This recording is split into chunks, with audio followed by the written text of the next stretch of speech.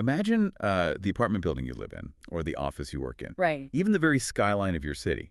Now imagine that the genetic code for almost all of it was sparked by a guy who started out with a self-described um, horror of architecture. Which is just wild. It is. So welcome to the deep dive. Okay, let's unpack this because our mission today is fascinating.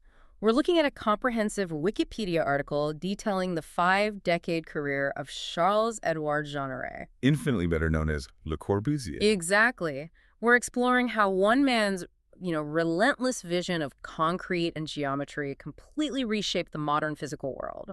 He wanted to cure the dirt and crowding of the industrial age. But he left behind a legacy that is still intensely debated today. I mean, he's the ultimate pioneer of the modernist movement. Yeah, but the wild irony here is his origin story, right? Oh, absolutely. He was born in 1887 in Switzerland, specifically Le Chaux-de-Fonds, which is nestled in the Jura Mountains. This was basically the heart of the Swiss watchmaking valley. Right, so precision, tiny gears, that sort of thing. Yeah, his family was deeply embedded in that precise artisanal world. His dad actually enameled watch cases, so his early aesthetic was shaped by mountain landscapes, not urban grids.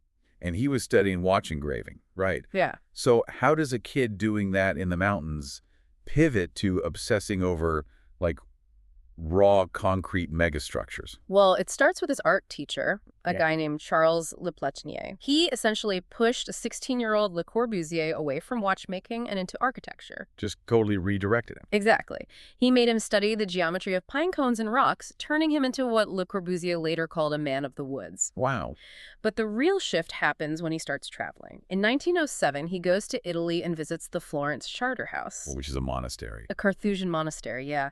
He looks at these monk cells, and he doesn't see religious deprivation. Right. He sees the absolute peak of human efficiency, a perfectly isolated, quiet space where a person can think, but it's surrounded by a communal framework. He actually called it a terrestrial paradise, didn't he? He did. He became obsessed with this perfectly efficient, isolated cell as the ultimate blueprint for modern worker housing. Okay, but having a philosophical appreciation for a monk's cell is one thing. Actually, building a modern version of it requires a huge technological leap. Right, the materials have to catch up. Exactly. And according to the sources, that leap happens around World War I when he's working in Paris and discovers reinforced concrete. Because up until then, buildings were basically just heavy piles of bricks stacked on top of each other. Yeah, architecture was a hostage to gravity. The walls had to be thick just to keep the roof from caving in. Right. But in 1914 and 1915, Le Corbusier develops this conceptual framework called the Domino house. Like the game. Yeah, a play on domus, the Latin word for house, and dominoes, because you could link the floor plans together. So what was the actual design? Radically simple. Just Yeah. 3 open rectangular concrete slabs for the floors and roof, supported by 6 thin reinforced concrete columns set back from the edges, and a simple staircase tucked on the side. It's essentially an open source hardware platform for a computer. Oh, that's a great way to put it. You just get the motherboard, the concrete slabs and columns, and because those internal columns do all the heavy lifting, you can build whatever custom case you want around it. Exactly. The walls are completely freed from their structural duty. But if he loved nature and the Swiss mountains so much, why did he pivot to obsessing over raw industrial concrete? It seems so cold. Well, for him, concrete wasn't cold. It was ultimate freedom. By separating the support from the walls, the interior could be anything the resident desired. You could put a wall anywhere or nowhere. So it's about flexibility. Complete flexibility. Once you free the walls from holding up the building, you can completely reinvent what a house even looks like. Which leads to his radical machine age philosophy. Why? Because he was looking at ocean liners and airplanes, wasn't he? Yeah, he saw those as pure, unpretentious solutions to specific problems, ruthlessly efficient. He wanted housing to adopt that exact same honesty. Which brings us to his 1923 manifesto toward an architecture, where he drops that famous maxim. A house is a machine to live in. Yeah. And he didn't mean that metaphorically. He designed a concept called the Maison Citroën, which the sources note was a direct play on the Citroën car company. He genuinely wanted houses to be mass-produced and consumed just like automobiles. If Ford can democratize cars, why can't we democratize shelter? Exactly. But to mass-produce a house, you have to strip away everything that requires slow, custom, artisanal labor. You have to aggressively reject decoration. And he was militant about this. He literally wrote, "Modern decorative art has no decoration." Yeah, he despised it. So what did his ideal room actually look like? Did he build a prototype? He did, and it was highly controversial. For the 1925 Paris exhibition, he built the Esprit Nouveau Pavilion. While everyone else was doing lavish, ornate structures, he built a stark white box. I read the organizers actually tried to hide it behind a fence. They were horrified by it, and there was a living tree on his plot, and he wasn't allowed to cut it down. So what did he do? He just built the pavilion right around it, leaving a hole in the roof for the tree to grow through. Inside, there was no wallpaper, no fancy woodwork, just bare light bulbs and industrial metal filing cabinets acting as room dividers. Here's where it gets really interesting, because I think a lot of people would push back here. No wallpaper, no warmth, just a white box. That sounds incredibly austere. Do people actually want to live in a blank factory, or is this just an architect imposing his will? What's fascinating here is how he viewed the whole concept of luxury. To him, decoration was a dying thing. He actually called it an abominable small perversion. Wow, those are strong words. Very. He felt true luxury wasn't hiding behind historical ornaments. It was found in pure, elegant efficiency, ample space, and abundant natural light hitting a perfectly smooth white wall. Stripping away the noise. Precisely. And this crystallizes into his famous 5 points of architecture, perfectly captured by the Villa Savoye. Okay, let's walk through those 5 points, because it's essentially a chain reaction started by that Domino concrete frame, right? Yeah. Exactly. First, you have the pilotis, or stilts. Thin concrete columns that lift the bulk of the house off the ground. So you avoid the damp earth and leave room for a garden or a car. Right. Second is the roof terrace. Since you took up ground space, you replace it with a functional garden on a flat roof. Third is the free plan, right? Because the walls don't carry weight, you can put interior walls wherever you want. Yep. Fourth is ribbon windows. You can slice a panoramic strip of glass across the entire exterior to let in massive amounts of light. And fifth is the free facade. The exterior skin is just a lightweight curtain. Exactly. But if a single house is a machine, he couldn't help but ask what happens when you apply that exact same logic to a city of millions. The scale jump here is terrifying. In 1925, he introduces the Plan Voisin, and he literally proposed bulldozing central Paris. Just wiping out the historical center. Yeah, replacing the cafes and winding streets with a strict grid of 60-story cruciform towers and massive highways. It was incredibly audacious. He wanted to cure the crowding by just erasing the old world. Thankfully, no one let him bulldoze Paris.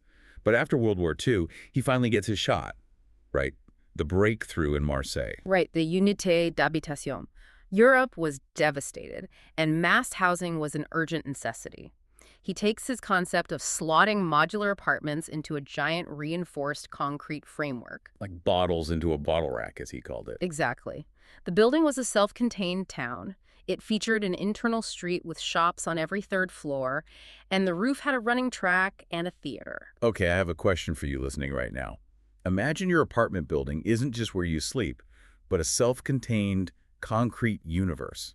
Is this the ultimate convenience for you, or does it sound like a giant, soulless filing cabinet for humans? Well, Le Corbusier truly believed that standardized megastructures were the only way to raise the quality of life for the working class after the war. But this filing cabinet approach to organizing humanity reflects a much darker side, doesn't it? Yes. And we need to rely strictly on the impartial reporting from our sources here. But his top-down approach was tied to a deeply controversial political worldview. The sources explicitly note his connections to fascist movements in the 1920s. He co-founded and wrote for journals like Plans and Prelude. Right, and the text specifically highlights he penned pieces in favor of Nazi anti-Semitism. Yeah, there's a 1940 letter to his mother mentioned in the article where he claims the Jews' blind lust for money has rotted the country. It's very troubling. He also actively pursued commissions from the pro-Axis Vichy regime in France and was appointed to a biosociology department promoting eugenics. And his views on indigenous populations were equally dismissive. When proposing a massive concrete viaduct over Algiers, he called the indigenous Algerians barbarians. Right, while trying to build this massive utopian project over their heads. Which brought intense architectural criticism from figures like Jane Jacobs and Witold Rybczynski. They argued his Radiant City concepts basically destroyed traditional, lively neighborhoods. Yeah, they felt he replaced organic communities with social destructive, crime-ridden monolithic superblocks. So what does this all mean? How are we supposed to reconcile the creator of the modern apartment building with a man holding such authoritarian, exclusionary views. If we connect this to the bigger picture, for Le Corbusier, his urban planning and his politics were arguably the exact same thing. They were inseparable. Totally. He envisioned a society run by a technocratic elite where a bureaucratically imposed plan just erased the messy, diverse reality of human culture in favor of a rigidly controlled grid. Okay, so he's an unfeeling calculator of human geometry. Mm-hmm. But then, just when you think you have him figured out, his later career takes this wild, contradictory turn into the spiritual. It really does. In the 1950s, he builds the chapel of Notre-Dame du Haut at Ronchamp. And it's not a white box. Not at all. It's an organic, sweeping form made of raw, unfinished concrete with these tiny randomized windows. He called it a box of miracles. Right. The guy who wanted to bulldoze Paris into identical towers is suddenly building a completely asymmetrical chapel. Talk about a contradiction. And he scales this up in India, right? Yes. His master plan for Chandigarh. He built an entire capital city from scratch using raw concrete, or béton brut, and he let it showcase the marks of the wooden molds it dried in. The details from the sources are amazing. The High Court of Justice with massive concrete sunshades, the Palace of Assembly with a roof tower shaped like a ship's smokestack. And that massive open-hand monument symbolizing peace and being open to give and to receive. It's like the ultimate control freak suddenly decided to become an abstract sculptor. In his later years, he learned to let the raw materials speak. The rough, unfinished concrete in India wasn't a flaw to him anymore. It was an architectural symphony, playing with light and shadow in a way a smooth white wall never could. It's just a wild journey.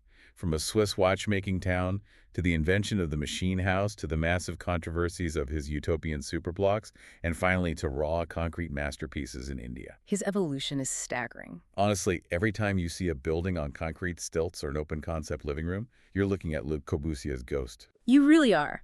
But there is one final, truly fascinating concept from the source material to explore, and that's the modular. The modular, what is that? In his quest to perfect housing, he actually invented a standard model of the human form based on the golden ratio and Fibonacci numbers. Wait, really? Yes. He specifically sectioned a man's height at the navel, the knees, and the throat to dictate the mathematically perfect dimensions for a room. He standardized a human being to fit his buildings. Exactly. He dictated the perfect proportions for the spaces we inhabit based on a math equation of a man. That is wild. And that is a perfect thought to leave you with. Think about that the next time you walk into a room. Absolutely. Was this space designed for you, or was it designed for a mathematically standardized, idealized human being that doesn't actually exist? Are we all just living in Le Corbusier's math equation? It's definitely something to chew on. Thank you so much for joining us on this deep dive. Keep questioning the concrete world around you.